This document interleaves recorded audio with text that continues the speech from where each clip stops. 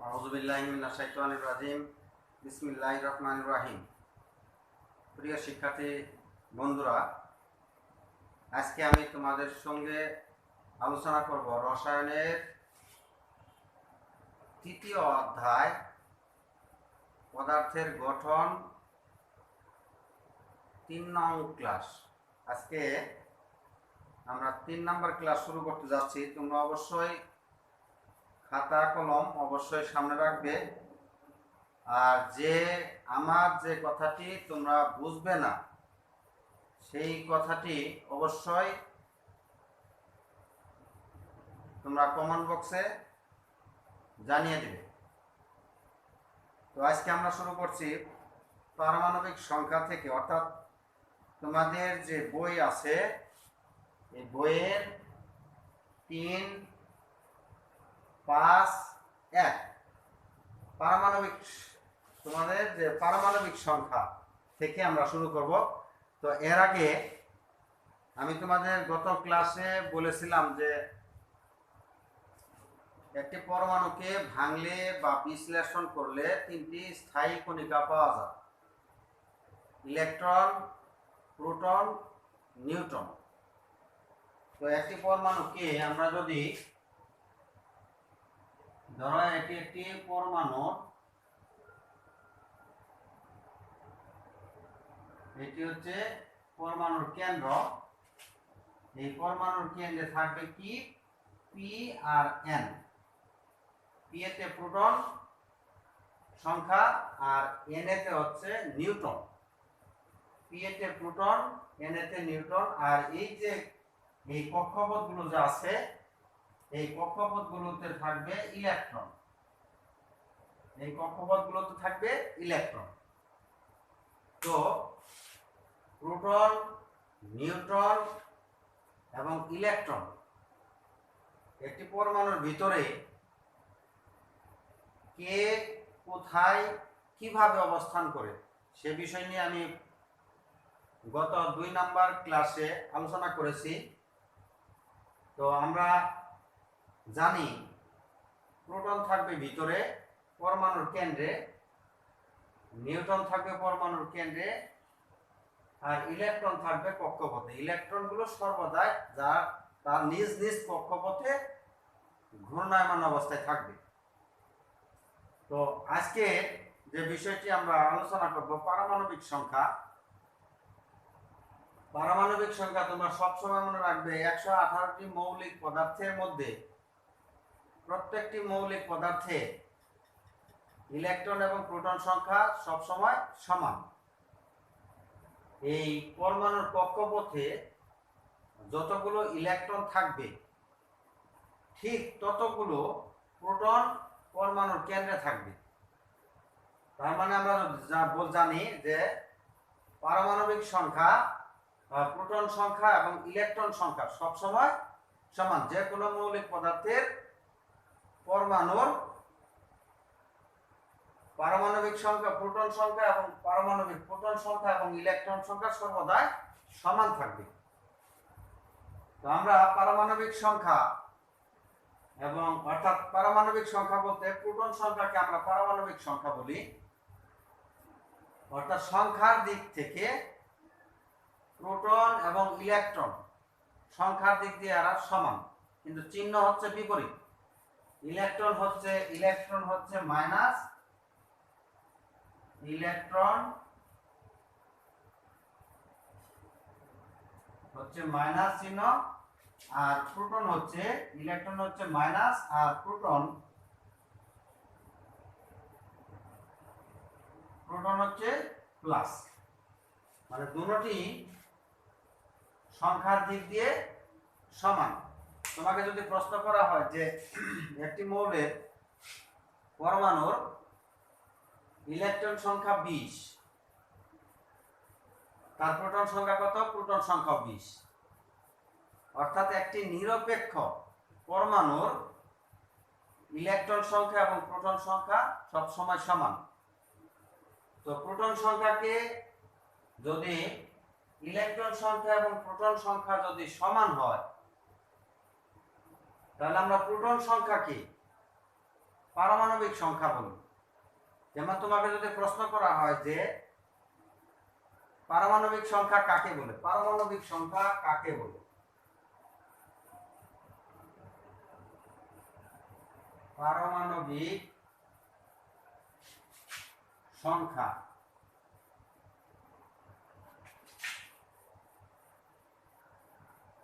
কাকে বলে, পারমাণবিক সংখ্যা কাকে বলে? তাহলে তোমাকে বলতে হবে পরমাণুর কেন্দ্রে অবস্থিত প্রোটন সংখ্যাকে পারমাণবিক সংখ্যা বলে। যেহেতু সংখ্যার দিক দিয়ে প্রোটন এবং ইলেকট্রন সংখ্যা সমান, তাহলে তোমার এইভাবে তো বলা যায় যে ইলেকট্রন সংখ্যাকে, যেহেতু সংখ্যায় দুটি সমান, ইলেকট্রন সংখ্যাকে পারমাণবিক সংখ্যা বলে। তাহলে এইভাবেও তো পারমাণবিক সংখ্যার সংজ্ঞা দেওয়া যায়, কিন্তু ইলেকট্রন সংখ্যাকে পারমাণবিক সংখ্যা বলে এটি বলা যাবে না। এর কারণ হচ্ছে, যদি তোমাকে প্রশ্ন করা হয় যে প্রোটন সংখ্যা এবং ইলেকট্রন সংখ্যা যেহেতু দুটি সমান, তাহলে প্রোটন সংখ্যাকে পারমাণবিক সংখ্যা বলে, কিন্তু ইলেকট্রন সংখ্যাকে পারমাণবিক সংখ্যা বলা হয় না কেন? তাহলে তুমি উত্তর দিবে এভাবে, আমরা জানি ইলেকট্রন পরিবর্তন হলে, ইলেকট্রন যদি পরিবর্তন হয়, মৌলের ধর্মের কোনো পরিবর্তন হয় না। ইলেকট্রন পরিবর্তন হলে মৌলের ধর্মের কোনো পরিবর্তন হয় না, কিন্তু প্রোটন পরিবর্তন হলে মৌলের ধর্মের পরিবর্তন হয়। প্রোটন যদি পরিবর্তন হয়, তাহলে একটি মৌলের পুরা ধর্মেরই পরিবর্তন হয়। প্রথমে ধাতু, তারপর উপধাতু, তারপরে অধাতু, শেষ পর্যন্ত নিষ্ক্রিয় পদার্থে রূপান্তরিত হয়। অর্থাৎ পারমাণবিক সংখ্যা অর্থাৎ প্রোটন সংখ্যা যদি পরিবর্তন হয়, মৌলের ধর্মের পরিবর্তন হয়, আর ইলেকট্রন সংখ্যা পরিবর্তন হলে মৌলের ধর্মের পরিবর্তন হয় না। এই জন্যই প্রোটন সংখ্যাকে পারমাণবিক সংখ্যা বলে।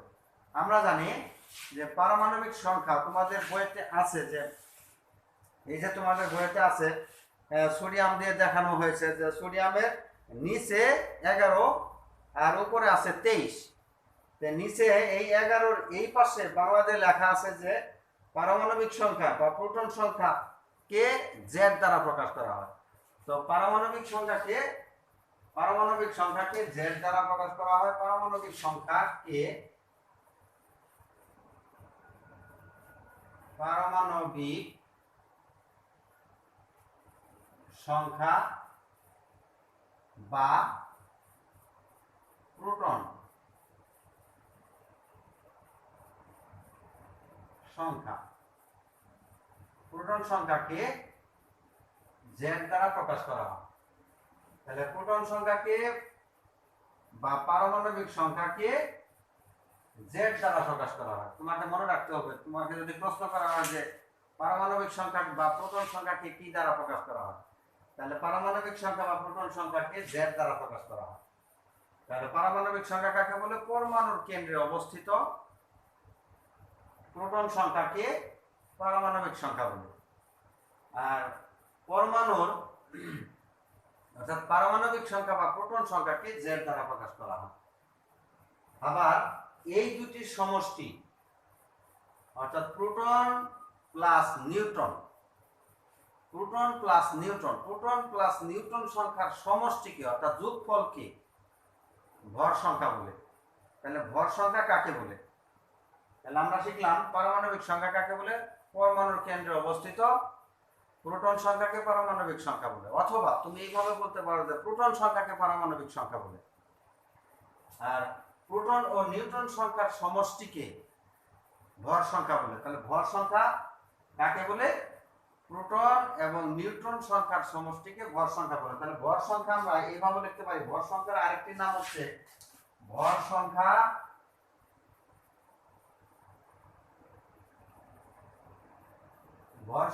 বা এই ভর সংখ্যার আরেকটি নাম হচ্ছে নিউক্লিয়ন সংখ্যা।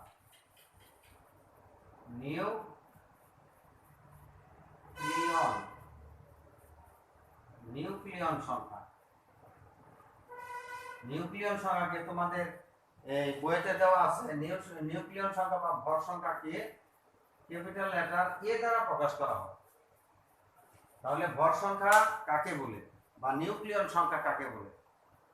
পরমাণুর কেন্দ্রে অবস্থিত প্রোটন ও নিউট্রন সংখ্যার সমষ্টিকে অথবা যোগফলকে ভর সংখ্যা বলে। তাহলে ভর সংখ্যাকে কি দ্বারা প্রকাশ করা হয়? জেড দ্বারা প্রকাশ করা হয়। তোমাদের বইতে সুন্দর করে এখানে তোমরা দেখতে পাচ্ছ যে এই যে সোডিয়াম আছে, সোডিয়ামের উপরে উপরে এই যে ভর সংখ্যাকে এ দ্বারা প্রকাশ করা হয়। তাহলে ভর সংখ্যা কে এ দ্বারা প্রকাশ করা হয়, আর পারমাণবিক সংখ্যা বা প্রোটন সংখ্যাকে জেড দ্বারা প্রকাশ করা হয়। তাহলে আমরা এইখান থেকে আমরা আজকে তাহলে কি পেলাম? পারমাণবিক সংখ্যা কাকে বলে, ভর সংখ্যা কাকে বলে, অথবা ভর সংখ্যা বা নিউক্লিয়ন সংখ্যা কাকে বলে। তাহলে ভর সংখ্যা পারমাণবিক সংখ্যা কাকে বলে, প্রোটন সংখ্যাকে পারমাণবিক সংখ্যা বলে। ভর সংখ্যা কাকে বলে বা নিউক্লিয়ন সংখ্যা কাকে বলে, প্রোটন ও নিউট্রন সংখ্যার সমষ্টিকে ভর সংখ্যা বলে। ভর সংখ্যাকে কি দ্বারা প্রকাশ করা হয়? এ দ্বারা প্রকাশ করা হয়। আর পারমাণবিক সংখ্যা বা প্রোটন সংখ্যাকে কি দ্বারা প্রকাশ করা হয়? জেড দ্বারা প্রকাশ করা হয়। তাহলে আমরা যখন আমরা এই অধ্যায়ের অনেক সময় পারমাণবিক সংখ্যা আমাদের বের করতে হয়, ভর সংখ্যা দেওয়া আছে, তোমাকে পারমাণবিক সংখ্যা বের করতে হবে বা প্রোটন সংখ্যা বের করতে হবে। তো আমরা এখানে এটাকে যদি গাণিতিক ভাবে লিখি, তাহলে ভর সংখ্যা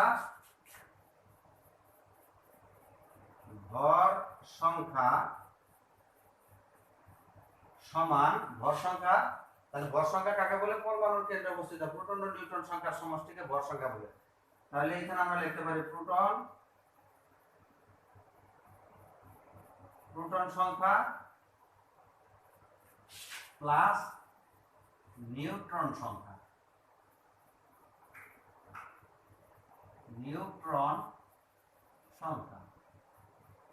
প্রোটন সংখ্যা প্লাস নিউট্রন সংখ্যা।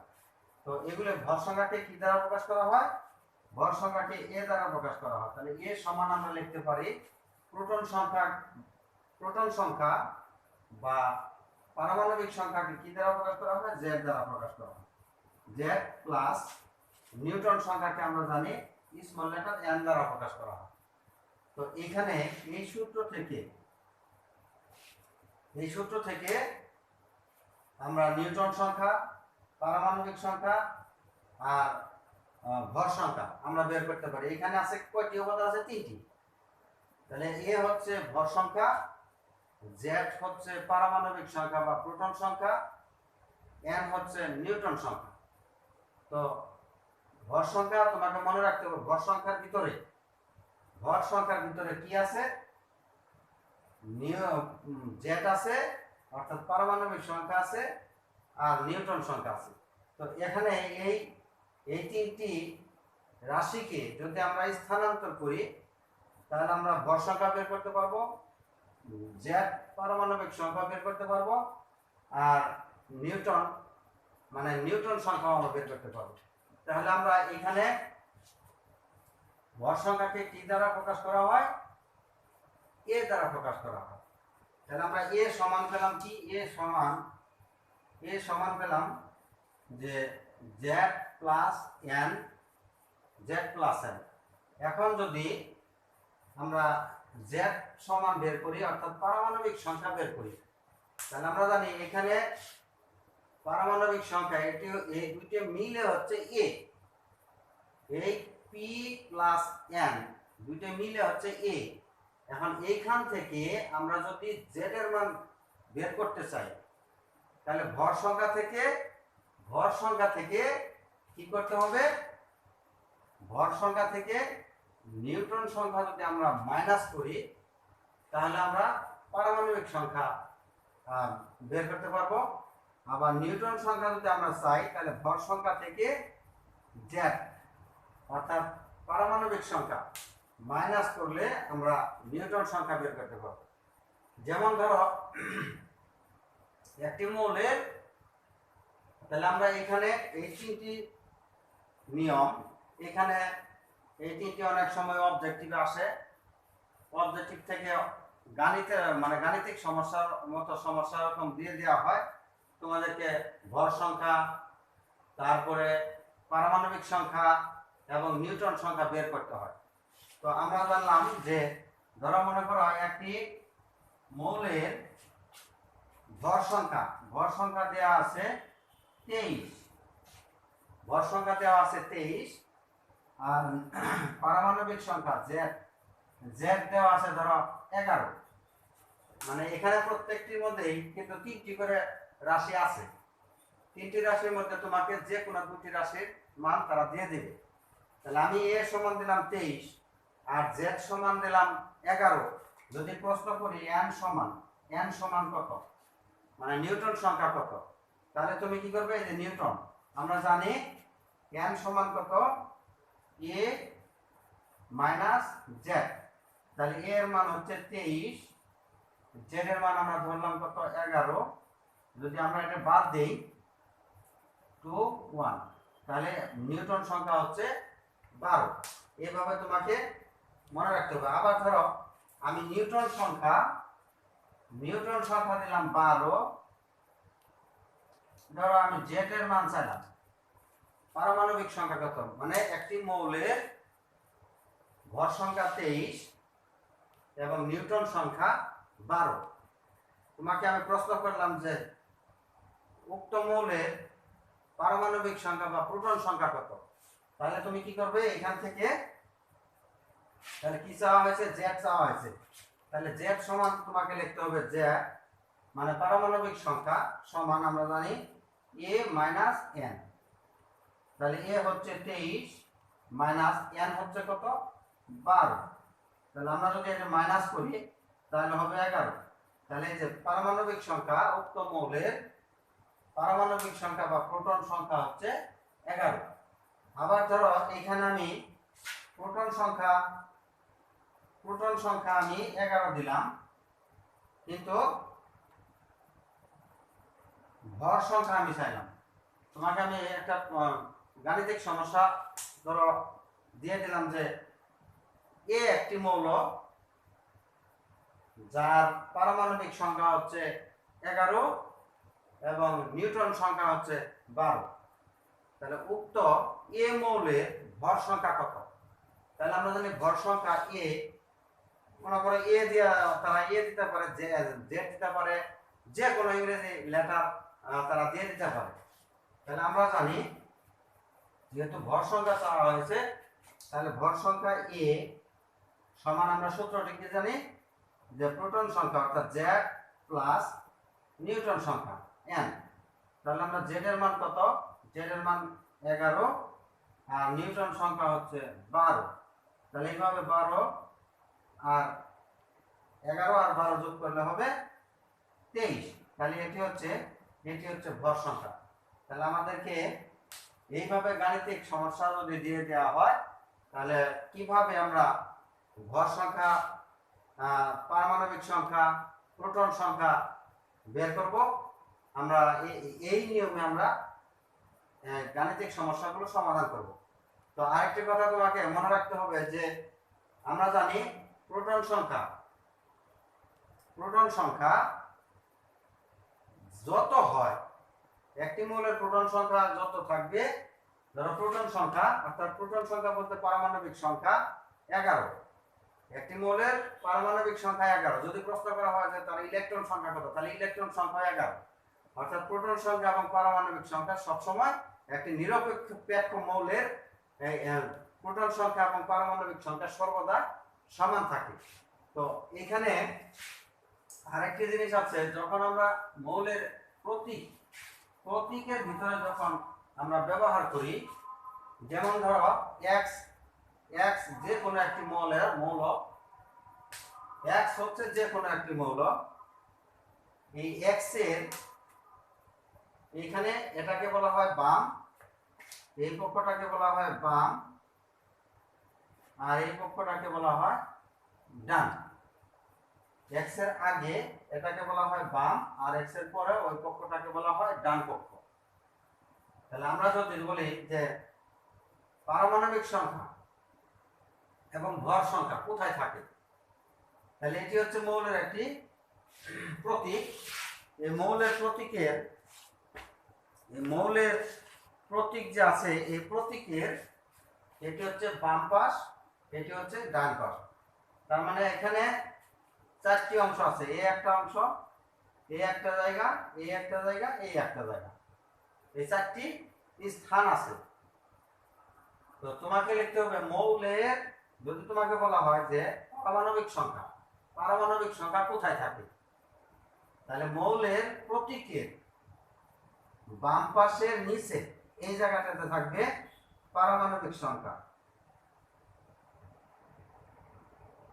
পারমাণবিক সংখ্যা, পারমাণবিক সংখ্যা বা প্রোটন সংখ্যা, প্রোটন সংখ্যা। একে কি দ্বারা প্রকাশ করা হয়? জেড দ্বারা প্রকাশ করা হয়।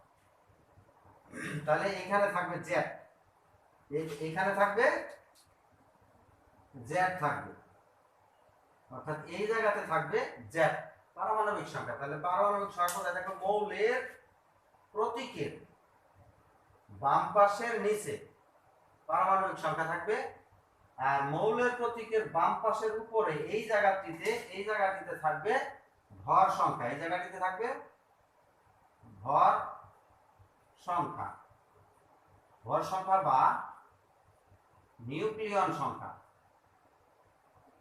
নিউক্লিয়ন, নিউক্লিয়ন, নিউক্লিয়ন সংখ্যা। একে এ দ্বারা প্রকাশ করা হয়। তাহলে এইখানে থাকবে নিউক্লিয়ন সংখ্যা এ, অর্থাৎ ভর সংখ্যাটা থাকবে মৌলের প্রতীকের বাম পাশের উপরে, মৌলের প্রতীকের বাম পাশের উপরে ভর সংখ্যা থাকে, আর মৌলের প্রতীকের বাম পাশের নিচে থাকবে পারমাণবিক সংখ্যা। তাহলে পারমাণবিক সংখ্যা কোথায় থাকবে? মৌলের বাম পাশের নিচে। পারমাণবিক সংখ্যাকে কি দ্বারা প্রকাশ করা হয়? জেড দ্বারা প্রকাশ করা হয়। আর মৌলের বাম পাশের উপরে থাকবে ভর সংখ্যা বা নিউক্লিয়ন সংখ্যা। ভর সংখ্যা বা নিউক্লিয়ন সংখ্যাকে এ দ্বারা প্রকাশ করা হয়। তো প্রিয় শিক্ষার্থী বন্ধুরা, আমরা আরো যে এই দুটি জায়গা আছে, এই দুটি জায়গা, এখানে থাকবে পরমাণুর সংখ্যা, পরমাণুর সংখ্যা, আর এটা হচ্ছে আয়ন, মানে আধান থাকবে, এই জায়গায় থাকবে আধান বা আয়ন, আয়ন অর্থাৎ প্লাস মাইনাস, ধনাত্মক আয়ন ঋণাত্মক আয়ন, এখানে থাকবে আয়ন, এইখানে থাকবে আয়ন, আয়ন মানে একটা পরমাণু আমরা সামনে করব যে একটি পরমাণু একটি ধাতু বা ধাতু ইলেকট্রন ত্যাগ করতে পারে এবং গ্রহণ করতে পারে। যদি ত্যাগ করে তাহলে আমরা জানি প্লাস, আর যদি গ্রহণ করে মাইনাস। একটি ত্যাগ করলে একটি প্লাস, দুটি ত্যাগ করলে দুটি প্লাস, তিনটি ত্যাগ করলে তিনটি প্লাস, চারটি কখনো ত্যাগ করে না। আর একটি গ্রহণ করলে একটি মাইনাস, দুটি গ্রহণ করলে দুটি মাইনাস, তিনটি গ্রহণ করলে ইলেকট্রন গ্রহণ করলে তিনটি মাইনাস, চারটি কখনো একটি পরমাণু মৌল কখনো চারটি ইলেকট্রন গ্রহণ করে না। তো এইখানে থাকবে আয়ন, যে পরমাণুগুলো ধাতু বা অধাতুগুলো ইলেকট্রন ত্যাগ করে বা গ্রহণ করে তাদেরকে আমরা বলি আয়ন। আয়ন এইখানে থাকবে আয়ন। আর এই যে নিচে থাকবে মৌলের ডান পাশের নিচে, এখানে থাকবে পরমাণুর সংখ্যা, পরমাণুর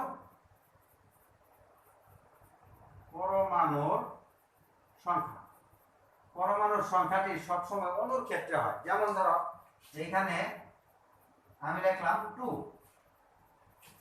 এই যে এখানে থাকবে পরমাণুর সংখ্যা, এখানে লিখলাম আমি 2 মৌলের ডান পাশের নিচে। তাহলে তুমি এই 2 দ্বারা বুঝবে যে হাইড্রোজেনের দুটি পরমাণু। আবার অনেক সময় এখানে লেখা থাকে ধরো প্লাস আছে, প্লাস আছে, তাহলে এখানে বুঝবে যে এর উপরে প্লাস, এটা হবে আয়ন। আয়ন মানে আধান। আয়ন দুই প্রকার হয়, প্লাস আয়ন, মাইনাস আয়ন, আমরা পরবর্তী ক্লাসগুলোতে করব। এইখানে থাকবে আয়ন। আবার এইখানে যদি আমি 1 দেই, এইখানে যদি আমি 1 দিই, তাহলে এখানে বুঝবে এখানে যদি 1 থাকে তাহলে তোমাকে বুঝতে হবে এটি হচ্ছে এই হাইড্রোজেনের ভর সংখ্যা। আর এইখানে যদি নিচে থাকে এটাকে তোমার বলবে হাইড্রোজেনের পারমাণবিক সংখ্যা বা প্রোটন সংখ্যা। এখন আমি যদি ধরো এইখানে যদি ধরো n দিলাম নাইট্রোজেন, নিচে দিলাম 7, এইখানে দিলাম 14, 14 দিলাম। তোমাকে আমি যদি প্রশ্ন করি এখানে a সমান কত, a সমান কত, তাহলে a এখানে তোমাকে বুঝতে হবে এখানে a কোনটা, a যেটা হচ্ছে a অর্থাৎ ভর সংখ্যা, তাহলে a সমান হবে 14। আর যদি বলে z সমান কত, তাহলে z সমান হবে এই যে নিচে 7, পারমাণবিক সংখ্যা বা প্রোটন সংখ্যা। তো আমরা আজকে একটি মৌলের প্রত্যেকের বাম পাশের নিচে এবং উপরে, ডান পাশের নিচে এবং উপরে কি থাকে সেই বিষয় নিয়ে আলোচনা করলাম। তো ইলেকট্রনের একটি পরমাণুতে পারমাণবিক সংখ্যা, ভর সংখ্যা কাকে বলে এই বিষয় নিয়ে আলোচনা করলাম। পরবর্তীতে একটি এই পরমাণুর যে কক্ষপথগুলো আছে এই কক্ষপথগুলোর মধ্যে কতগুলো করে ইলেকট্রন থাকে, তাদের ইলেকট্রন বিন্যাস সম্পর্কে আমরা বিস্তারিত আলোচনা করব পরবর্তী ক্লাসে। তো সকলের সুস্বাস্থ্য কামনা করে আজকের মতো এখানে শেষ করছি। আসসালামু আলাইকুম।